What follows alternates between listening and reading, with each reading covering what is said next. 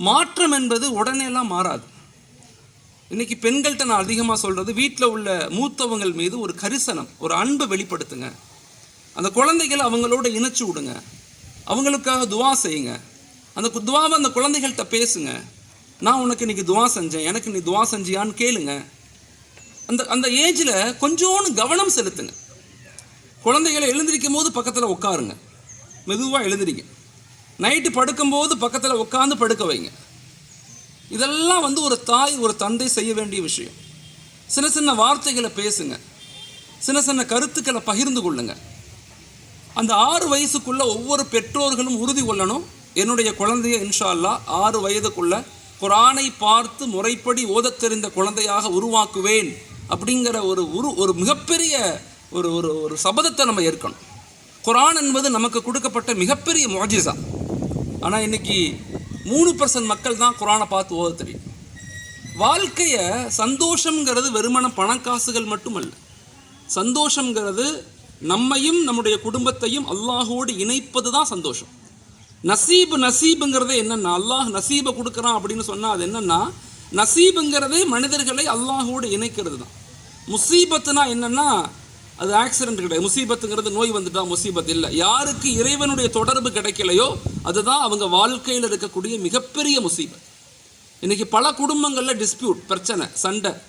எந்த குடும்பத்தில் தீன் இல்லையோ, எந்த குடும்பத்தில் அல்லாஹுடைய இணைப்பு இல்லையோ, நபியினுடைய வாழ்வியல் இல்லையோ, அந்த குடும்பத்தில் எவ்வளவு பணங்காசு இருந்தாலும், எவ்வளவு அறிவு சார்ந்த மக்களாக இருந்தாலும் அந்த குடும்பத்தில் ஒருபோதும் நிம்மதி ஏற்படாது. அதனால் தயவு செய்து தாய் தந்தைகளுக்கு நான் சொல்கிறேன், குறிப்பாக பெண்களுக்கு நான் சொல்கிறேன், உங்கள் குழந்தைகளை அல்லாஹோடு இணைங்க. அந்த குழந்தைகளை அல்லாஹோடு இணைங்க. எனக்கு நல்ல ஞாபகம் இருக்குது, எங்கள் அம்மாலாம் தஹஜ்ஜுத் தொழுதுட்டு என்னை எழுப்பி விட்டு பக்கத்தில் உட்கார வச்சு சொல்லிக் கொடுப்பாங்க, அல்ஹம்து சூரா சொல்லிக் கொடுப்பாங்க. எனக்கு நல்ல ஞாபகம் இருக்குது. நான் 5 வயசு 6 வயசுலலாம் கஷ்டமாக தான் இருக்கும், ஆனால் பழகிட்டால் ஈஸியாகிடும். டெய்லி சொல்லிக் கொடுப்பாங்க. எங்கள் அம்மாவுக்கு எழுத படிக்கலாம் தெரியாது, குர்ஆன் மட்டும்தான் ஓத தெரியும், எழுத படிக்க தெரியாது. அப்போ அந்த காலத்தில் உள்ள தாய்மார்கள் எழுத படிக்க தெரியாது, ஆனால் குழந்தைகளை உருவாக்குனாங்க. இன்றைக்குள்ள தாய்மார்கள் பெரிய பெரிய படிச்சிருக்கிறாங்க, ஆனால் காலைல எத்தனை மணிக்கு எழுந்திருக்கிறாங்க அப்படிங்கிறது நம்மளே கேட்டுக்க வேண்டியதான். எத்தனை மணிக்கு காலைல எழுந்திருக்கிறோம் நம்ம. அதனால் தயவு செய்து உருவாக்கம், ஒரு சமூக கட்டமைப்பில் குழந்தைகளை உருவாக்கும் போது ஒரு தாய் தகப்பன் செய்ய வேண்டிய மிக முக்கியமான முதல் பணி என்பது 6 மாதத்திலிருந்து அந்த 6 வயசுக்குள்ள as a positive role model, முன்மாதிரியான ஒரு தாயாக, ஒரு முன்மாதிரியான தந்தையாக நம்ம இருக்கணும். நேரம் கொடுக்கணும், கூட உட்காந்து சாப்பிடணும், இதெல்லாம் செய்யணும். 2வது ஸ்டேஜ் அப்படிங்கிறது 7 வயதிலிருந்து குழந்தையினுடைய 12 வயது வரைக்கும் அந்த குழந்தைகளை அஸ் எ மாஷரா கண்காணித்து வளர்க்கணும். கண்காணிக்கணும். குழந்தைங்க என்ன பார்க்குறாங்க, மொபைலில் என்ன பார்க்குறாங்க, ரூம் கொடுக்குறோமா, தனியாக ரூம் கொடுக்கக்கூடாது. தனியாக ரூம் கொடுக்குறீங்க அப்படின்னா கதவு போடக்கூடாது, லாக் இல்லாத கதவு தான் இருக்கணும், இல்லை துணி மட்டும்தான் தொங்கணும். இன்றைக்கி ஆய்வுகள் என்ன சொல்லுதுன்னா, காலேஜில் படிக்கக்கூடிய மாணவர்களை விட பள்ளிக்கூடங்களில் படிக்கக்கூடிய மாணவர்கள் தான் ஈஸியாக கெட்டு போகிறாங்க அப்படின்னு சொல்கிறது ஆய்வு சொல்லுது. நிறைய தவறுகள் செய்கிறாங்க. அதனால் அந்த 7 வயதிலிருந்து 12 வயது வரைக்கும் மிக முக்கியமான ஒரு ஸ்டேஜ்.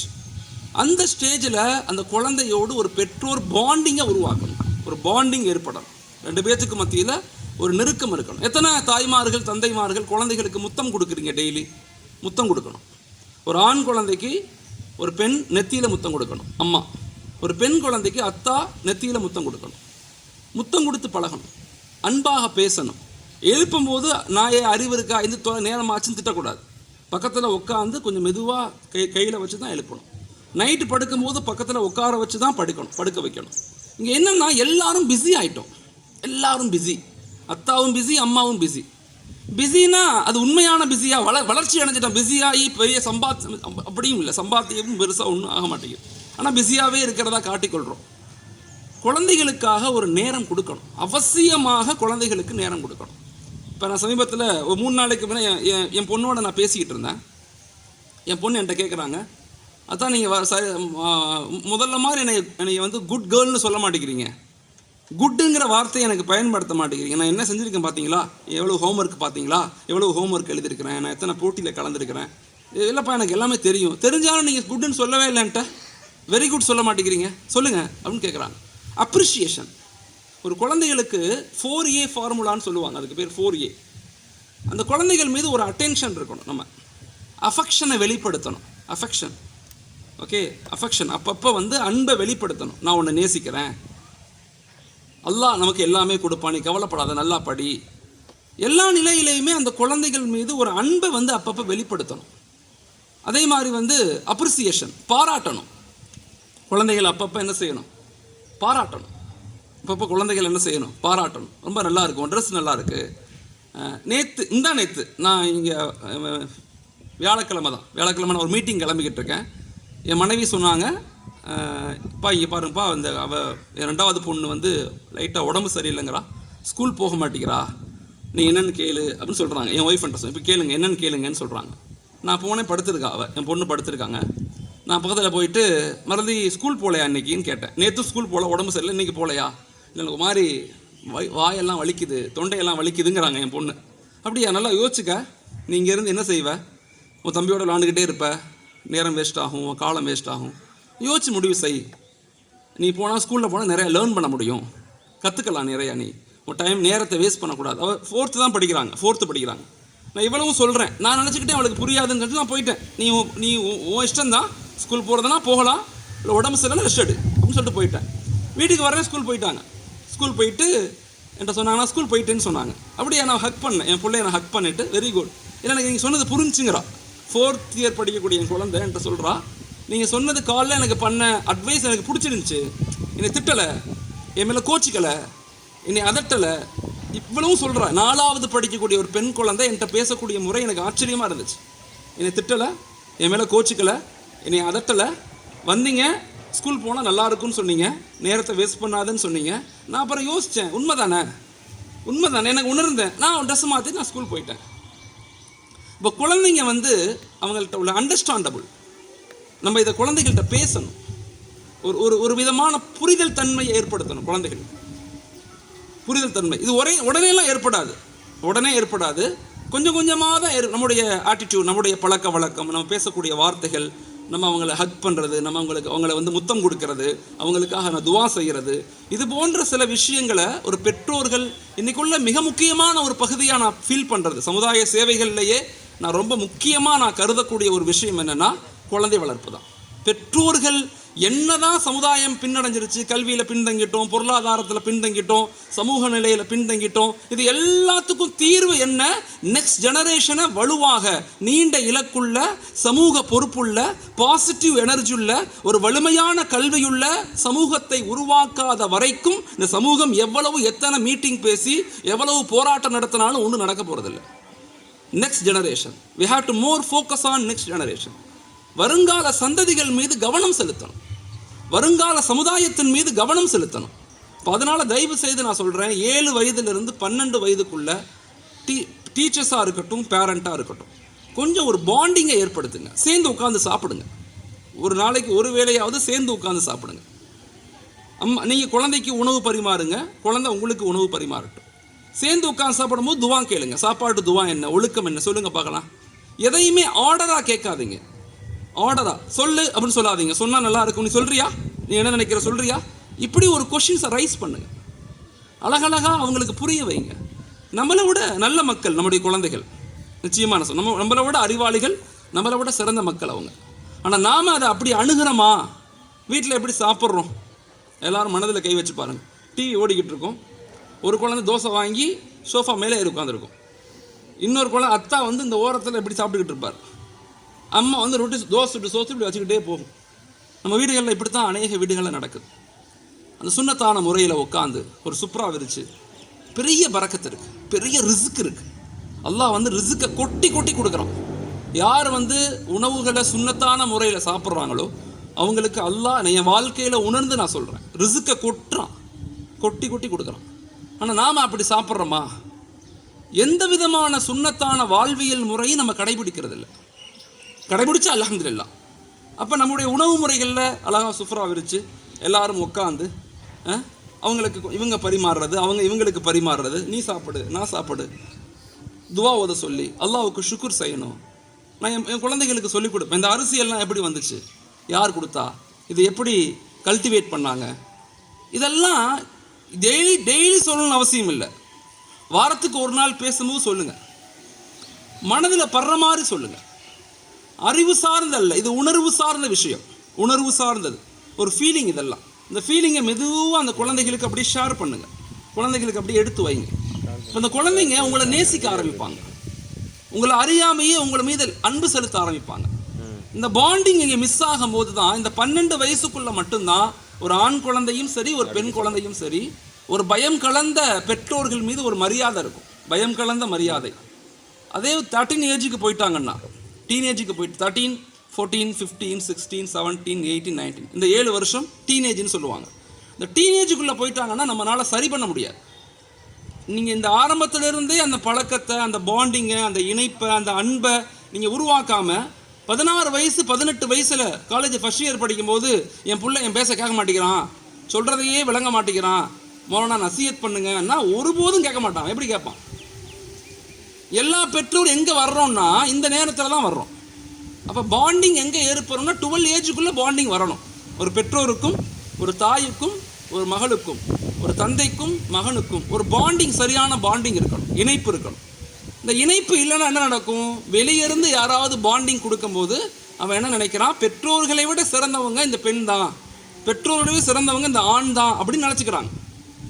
பாண்டிங் அங்கேருந்து வரலை, அங்கேருந்து முத்தம் கொடுக்கப்படலை, அங்கேருந்து அன்பான வார்த்தைகள் எழுப்பலை, சாப்பிட்டியான்னு கேட்கலை, எப்படி சாப்பிட்டேன்னு கேட்கலை, உடம்பை நல்லா பார்த்துக்கன்னு சொல்லலை. இப்போ கூட இருக்கிற நண்பர்கள் சொல்லும்போது ஆஹா எங்கள் பெற்றோர்களை விட இவங்க ரொம்ப நேசிக்கிறாங்க அப்படின்னு ஒரு பாண்டிங் வந்து அங்கே இங்கிட்டு போயிடுது. இப்படி தான் நிறைய பிரச்சனைகள் சமூகத்தில் ஏற்படுது. அதே பெற்றோர்கள் குழந்தைகளை கண்காணித்து வளருங்க. பேக்குகளை எடுத்து பாருங்கள், பேக்கில் என்ன வச்சுருக்கிறாங்க. வாரத்துக்கு ஒரு தடவை 2 வாரத்துக்கு ஒரு தடவை பிள்ளைங்களுடைய பேக்கை எடுத்து விரித்து பார்க்கணும் என்ன வச்சுருக்காங்க. சின்ன சின்ன குழந்தைங்க என்ன செய்வாங்க, அடுத்த விட்டு பென்சில், பேனா, புக்கெல்லாம் எடுத்துகிட்டு வந்துடுவாங்க. வருத்தப்பட்டு நான் சொல்கிறேன், சில விஷயங்கள் சொல்கிறது கூச்சமாக இருக்குது. பெரிய பெரிய பாதிப்புகள் ஸ்கூல் படிக்கக்கூடிய பிள்ளைங்களுக்கு ஏற்படுது. நான் சொல்கிறது பெரிய வகுப்பெல்லாம் இல்லை, 8th 9th 10th பிள்ளைங்களுக்கு சொல்கிறேன். நான் ஒரு இஸ்லாமிய ஊருக்கு போயிருந்தேன். அங்கே ஒரு பெற்றோர் என்னை சந்திக்க வந்தாங்க, கவுன்சிலிங். சொன்னாங்க, மௌலானா என் பையன் தெரியல, ஒரு 6 மாதமாக அமைதியாகவே இருக்கிறான், எதுவும் பேச மாட்டேங்கிறான், வீட்டுக்கு வந்தால் பேசவே மாட்டேங்கிறான், எப்போ பார்த்தாலும் அமைதியாகவே இருக்கிறான். அப்படியா அப்படின்னு அவனை கூப்பிட்டு நான் பேசுகிறேன், கவுன்சிலிங் பேசுகிறோம். கொஞ்சம் நேரம் பதிலே பேச மாட்டேங்கிறான், நான் பேசிக்கிட்டே இருக்கிறேன். கொஞ்சம் நேரம் பேசி பேசி பேசி சில முறையெல்லாம் இருக்குது. அப்படி பேசினா அவங்க வாயிலிருந்து வந்துடும் உண்மை. அவன் கடைசியில் சொல்லிட்டான், ஆமாம் நான் ட்ரக்ஸ் பயன்படுத்துகிறேன்ட்டான். 9th படிக்கக்கூடிய பையன் ட்ரக்ஸ் பயன்படுத்துகிறான், அல்லாஹ் பாதுகாக்கணும். அப்போ நான் அந்த பையனை கூப்பிட்டு, எப்படி நீ பயன்படுத்துகிற, என்ன இது நிஜமாக நடந்தது ஒரு ஊரில், இஸ்லாமிய ஊரில், மிக முக்கியமான ஒரு ஊரில். அப்போ அந்த பையன்கிட்ட கேட்டேன். அந்த பையன் வந்து ஃபஸ்ட்டு இல்லைன்னு சொன்னால், அதுக்கப்புறம் ஆமாம் என் பேக்கில் தான் இருக்குங்கிறான், என் பேக்கில் தான் அந்த ட்ரக்ஸுனுடைய இது இருக்குதுங்கிறான். இப்போ எடுத்துகிட்டு வாங்குறேன். இப்போ எடுத்துகிட்டு வரோம். எடுத்துகிட்டு வந்தால் அவன் ஜாமெண்ட்ரி பாக்ஸில் ஒரு பேனா மாதிரி வச்சுருக்கான், ஒரு பேனா. அந்த பேனா இது என்கிட்ட கொடுத்தோன்னு நான் கேட்டேன், இது என்ன இப்படி பேனா மாதிரி இருக்கே என்னன்னு கேட்டேன். இதுதான் நான் பயன்படுத்துகிறேங்கிறான். எனக்கு ஆச்சரியமாக இருந்துச்சு. ஒரு 9th படிக்கக்கூடிய மாணவன்கிட்ட என்ன இருக்குது, எனக்கு புரியலை, இது எப்படி பயன்படுத்துவேன்னா அவன் என்ன செய்கிறான், இப்படி ஆட்டிட்டு கையில் குத்திக்கிறான், குத்திட்டு மேலே அப்படி அமுக்குறான், ஊசி மாதிரி, சிரஞ்சி மாதிரி, அப்படியே அதில் அந்த ட்ரக்ஸ் வந்து ஏறுது. இதை போட்டோன்னே நான் அமைதியாகிடுவேன், நான் அப்படியே வானத்தில் பறக்கிற மாதிரி ஒரு ஃபீலிங் ஆகும். நான் கடந்த 6-7 மாதமாக நான் கற்றுக்கிட்டேன், இது என்னால் விட முடியலைங்கிறான். தப்பு தான் எனக்கு தெரியும், தப்பு தான் என்னால் விட முடியலை.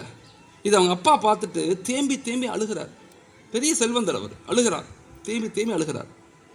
அப்போ நான் சொன்னேன், பிள்ளைங்களை கண்காணித்து வளருங்க, கவனிங்க அவங்களுடைய ஆட்டிடியூட், அவங்க நண்பர்கள் யார், அவங்க யார்கிட்ட பேசுகிறாங்க, அவங்க நண்பர்கள் வீடு எங்கே இருக்குது, ஸ்கூல் டீச்சர்ஸ் யார், எப்படி படிக்கிறாங்க, இது எல்லாமே ஒரு பெற்றோர் தெரிஞ்சுக்கணும். ஒன்று அத்தா தெரிஞ்சுக்கணும், இல்லை அம்மா, யாராவது ஒருத்தவங்களாவது முழுமையாக தெரிஞ்சுக்கணும் என்ன பண்ணுறாங்க, யார் நண்பர்கள் யார். சின்ன சின்ன பிள்ளைங்க இன்றைக்கி பெண் குழந்தைகளை சொல்கிறேன், பெண் குழந்தைகள் இந்த பிடிஎஸ்ன்னு சொல்லி ஒரு வீடியோ இருக்குது, பிடிஎஸ் கொரியன்ஸ் உடைய ஒரு ஆல்பம்ஸ். அது இன்றைக்கி உள்ள சென்னையிலலாம் பைத்தியக்கார மாதிரி ஆகிட்டாங்க பெண் குழந்தைகள், பைத்தியக்காரி மாதிரி. நான் சொல்கிறது ரொம்ப வகுப்பு இல்லை, 8வது 10வது 9வது 10வது 11வது பிள்ளைங்க, ஸ்கூல் படிக்கிற பிள்ளைங்க. சமீபத்தில் ஒரு கரூர்லேருந்து ஒரு குழந்தை வீட்டிலேருந்து பணத்தெல்லாம் எடுத்துக்கிட்டு நேராக எங்கள் ட்ரெயின் ஏறி போயிடுச்சு, எங்கே கொரியா போகிறதுக்கு, தென்கொரியா போகிறதுக்கு. நான் அந்த பிடிஎஸோடைய ஆல்பத்தை பார்க்க போகிறேன் அவங்களெலாம். ஸோ இன்றைக்கி வந்து டெக்னாலஜி மிக மோசமாக போயிடுச்சு. மொபைலில் என்ன பார்க்குறாங்கன்னு பெற்றோர்கள் தயவு செய்து கவனிங்க. என்ன பார்க்குறாங்க, என்ன படிக்கிறாங்க, என்ன செக் பண்ணுறாங்க. மொபைலை தனிமையில் கொடுக்காதீங்க, தனி அறையில் பயன்படுத்த விடாதீங்க.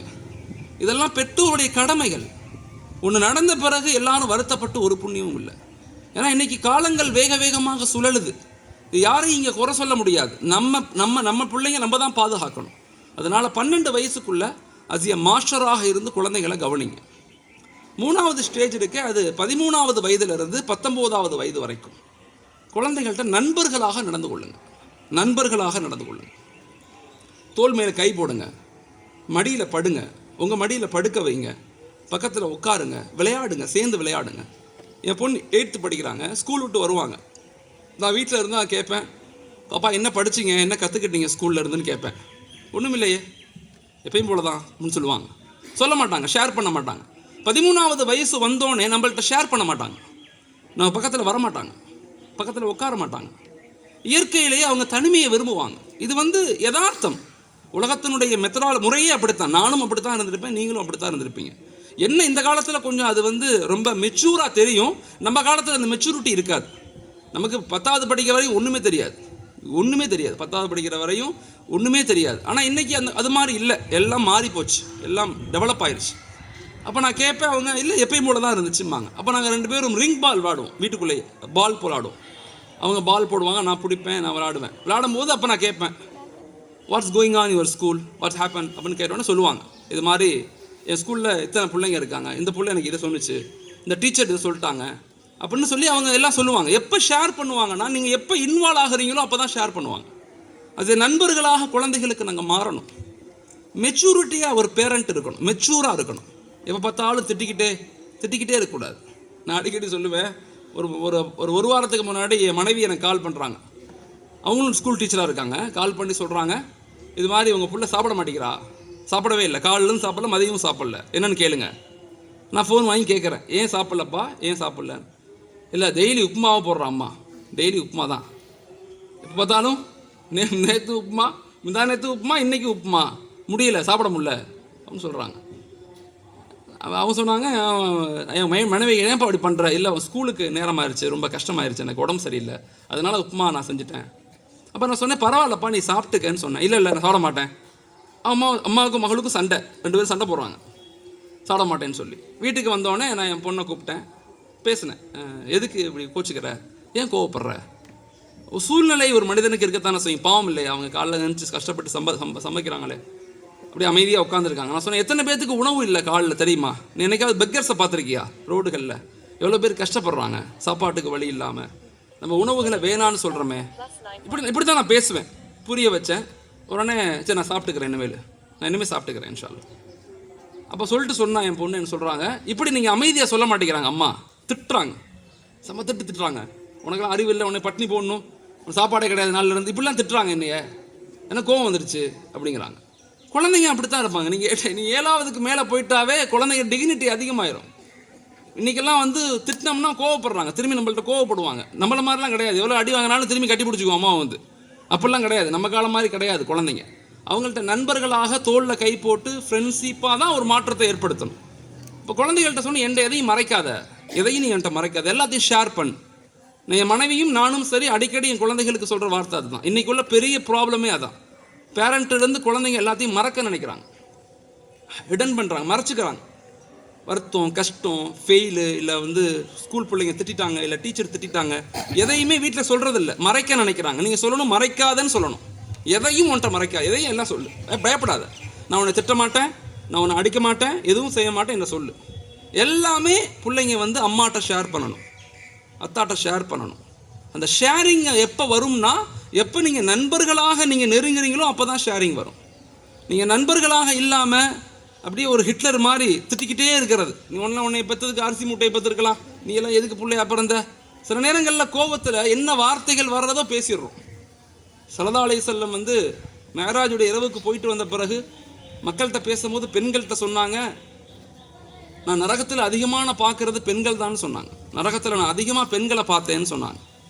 பெண்கள் கேட்டாங்க, யார் ரசூலல்லாஹ், நாங்கள் என்ன தவறு செஞ்சோம், எங்களையே நரகத்தில் அதிகமாக பார்த்தீங்க?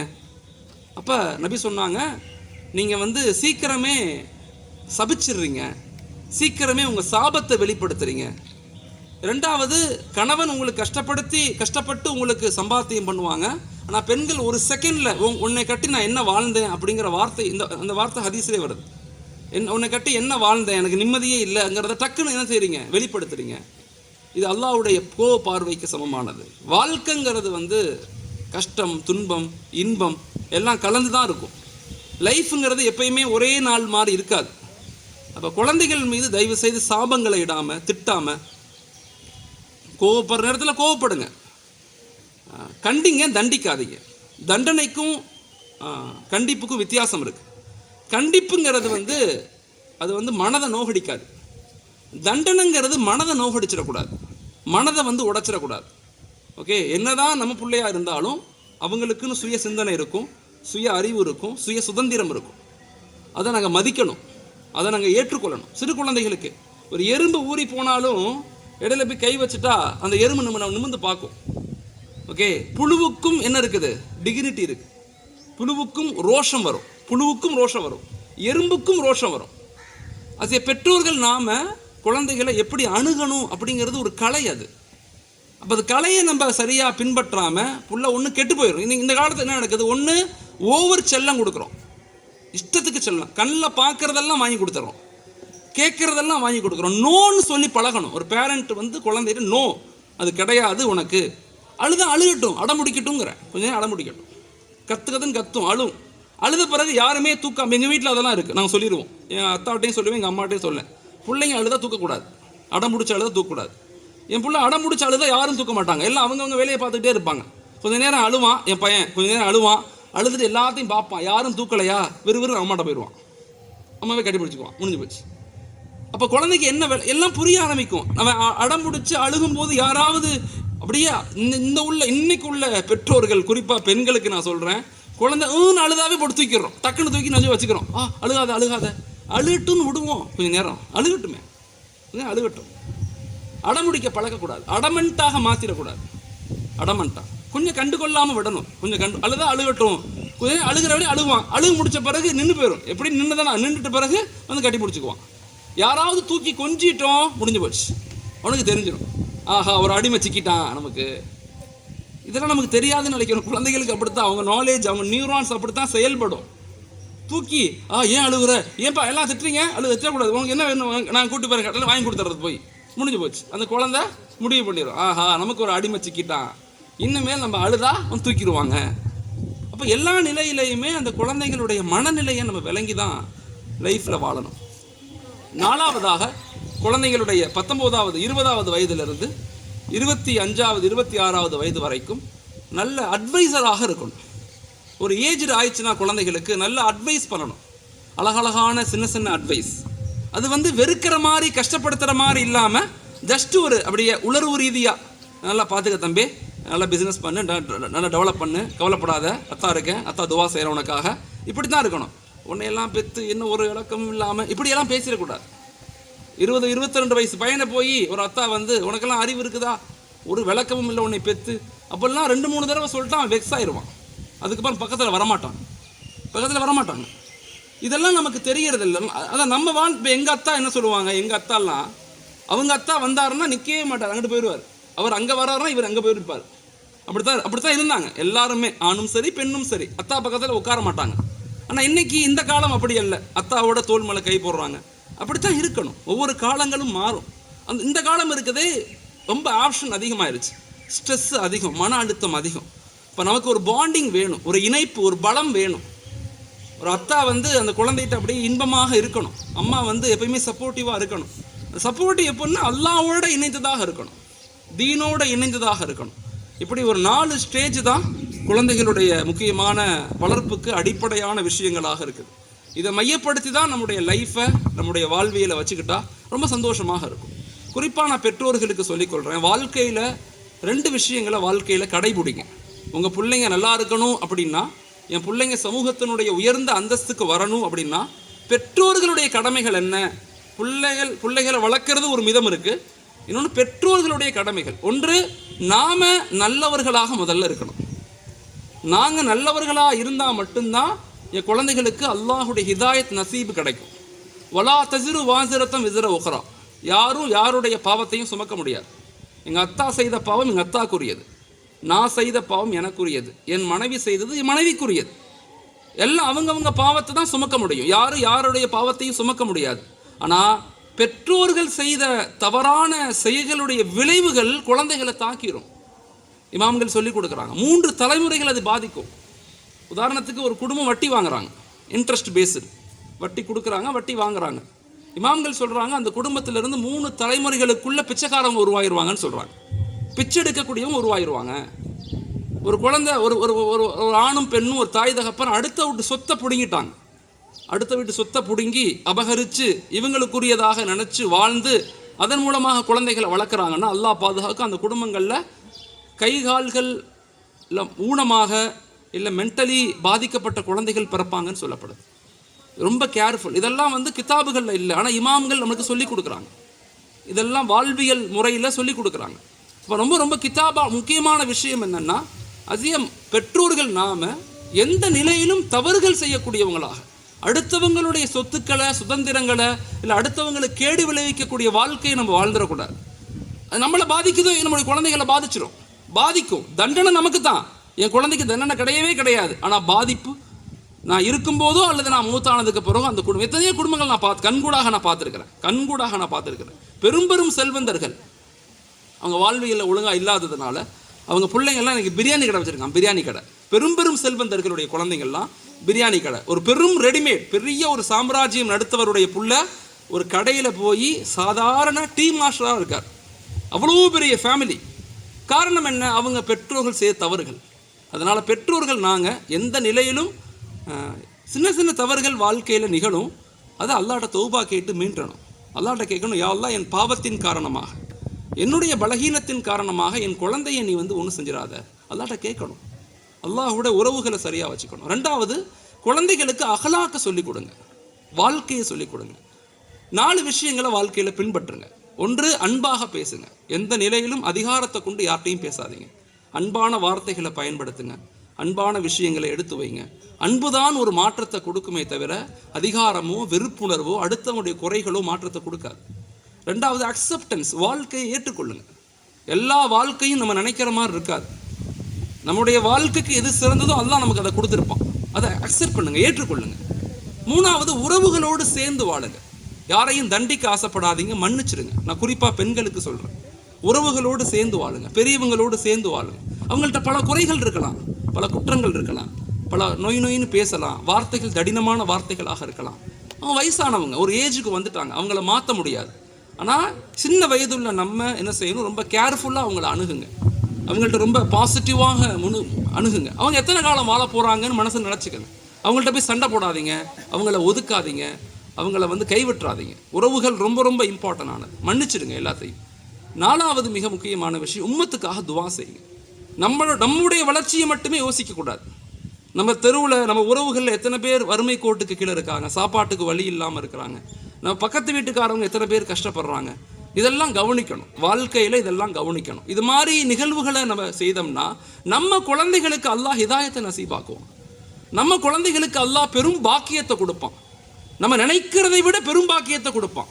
இந்த உலகத்துக்கே தைரியம் எடுத்துகிட்டு போகக்கூடிய மிகப்பெரிய ஒரு ஸ்காலரா, மிகப்பெரிய ஒரு கல்வியாளரா, மிகப்பெரிய டாக்டரா, இன்ஜினியரா, முஃப்தியா, ஆலிமா அவங்கள உருவாக்குவான். அது நமக்கு காலங்காலமாக பயன் தரக்கூடியதாக மாறும். எங்கள் அம்மா அடிக்கடி சொல்லுவாங்க, எம்மாவுக்கு நான் ஒரே பையன்தான், 8-9 வருஷம் கழிச்சு தான் நான் பிறந்தேன்னு சொல்லுவாங்க. அவங்க கேட்பாங்க, நான் என் பிள்ளைய எனக்கு ஒரு பிள்ளை தான் அல்லாட்ட கேட்டேன், அல்லாஹ் ஒரு பிள்ளை தான் கொடுத்தான். அவர் அடிக்கடி சொல்லுவாங்க, நான் அல்லாட்ட நிறைய துவா செஞ்சேன் உனக்காக அப்படின்னு சொல்லுவாங்க. அப்போ நமக்கு என்ன ஆகும்னா தாய் மீது ஒரு இணைப்பு ஏற்படுது. ஒரு தாய் தன் பிள்ளைகள்கிட்ட சொல்லணும், நான் உனக்கு துவா செஞ்சேன். இப்போ இது மாதிரி வார்த்தைகள், இது மாதிரி சிந்தனைகள் பகிரும்போது தான் குடும்பமும் சரி, லைஃபும் சரி இன்பமானதாக சந்தோஷமானதாக இருக்கும். வெறுமன சொத்து சேர்கிறது மட்டும் வாழ்க்கை இல்லை, உலகத்தை அனுபவிக்கிறது மட்டும் வாழ்க்கை இல்லை. வருங்கால சமுதாயத்தை சிறந்த சமுதாயமாக, ஆளுமையுள்ள சமுதாயமாக, இஸ்லாமிய சமூகம் எல்லாத்துலேயும் பின்தங்கிய சமூகமாக இருக்குது. கல்வியில், பொருளாதாரத்தில், சமூக நிலையில், எல்லாத்துலேயுமே. இப்போ இதை மீட்டெடுக்க வேண்டிய மிகப்பெரிய பொறுப்பு இங்கே எல்லாத்துக்கும் இருக்குது. குறிப்பாக பெண்கள் பெற்றோர்களுக்கு இருக்குது. அப்படிப்பட்ட ஒரு இலக்கோடு தான் இந்த ஸ்கூல் மாஷாஅல்லாஹ் நடைபெற்று கொண்டு இருக்கு. சப்போர்ட்டிவாக இருங்க. இந்த ஸ்கூலுடைய வளர்ச்சிக்கு என்னெல்லாம் செய்யணும் பெற்றோர்களும் சேர்ந்து செயல்பட்டு இது மாதிரி பள்ளிக்கூடங்களை மாஷாஅல்லாஹ் இன்னும் வலுப்படுத்தி, நான் மேனேஜ்மெண்ட்டை கூட சொல்லியிருக்கிறேன், மாஷாஅல்லாஹ் அடுத்து ஒரு பெண்கள் கல்லூரி நீங்கள் உருவாக்கணும், பெண்களுக்காக ஒரு இன்ஸ்டியூஷன் உருவாக்குங்க, எக்ஸ்க்ளூசிவ்லி ஃபார் விமென்ஸுக்காக உருவாக்க முயற்சி செய்யுங்க. நியத் பண்ணுங்கள். காசு இருக்குது, பணம் இருக்குது, யாரும் உதவி செய்யலை அப்படிலாம் யோசிக்காதீங்க. உங்கள் இலக்குகளை யோசிக்க ஆரம்பிங்க, திட்டங்களை பேச ஆரம்பிங்க, அதை பற்றி சிந்திக்க ஆரம்பிங்க. அல்லாஹ் வழிகளை திறந்து கொடுத்துருவான். எப்பயுமே பொருளாதாரத்தை கொண்டு மட்டும் எதையும் சாதிக்க முடியாது. எத்தனையோ பேர் கோடி கோடியாக வச்சுருக்கிறாங்க, அதை வேஸ்ட்டாக செலவு செய்கிறாங்க. எத்தனையோ பேர் கஷ்டப்பட்டு ஒரு பெரிய நிறுவனத்தை உருவாக்குறாங்க. அல்லாஹு தாலா யாருக்கு எண்ணங்கள் கரெக்டாக இருக்கோ, இன்டென்ஷன் கரெக்டாக இருக்கோ, அவங்களுக்கு தானாக உதவி செய்வான். அதனால் நான் என்ன செய்யணும், இக்ரா என்ன செய்யணும், அடுத்து ஒரு பெண்கள் கல்லூரி காரைக்காலில் உருவாக்கணுங்கிற எண்ணத்தோடு இருங்க. நீங்கள் எண்ணத்தில் பயணிங்க. உங்கள் காலம் இருக்கலாம், இல்லை உங்கள் காலத்துக்கு அடுத்தாவது அழகான ஒரு பெண்கள். நாங்கள் தமிழகம் முழுக்க கிட்டத்தட்ட ஒரு 13-14 பெண்கள் இன்ஸ்டியூஷன் நடத்துகிறோம். ஒவ்வொரு இடத்துலையும் பெரிய பெரிய சிம்பிள் ஆரம்பித்து பெருசாக வளர்ந்துட்டாங்க. அதுபோல தான் இங்கேயும் சொல்கிறேன், மிகப்பெரிய தேவை இருக்குது. கிட்டத்தட்ட 18-20% முஸ்லீம்கள் இங்கே வசிக்கிறோம். 1.5 லட்சம் முஸ்லீம்கள் காரைக்காலில் இருக்கிறாங்க. இங்கே ஒரு பெண்கள் கல்லூரி இருக்கான்னு எனக்கு தெரியலை, ஆனால் இருக்கிறதுக்கு உருவாக்குறதுக்கு முயற்சி செய்யுங்க.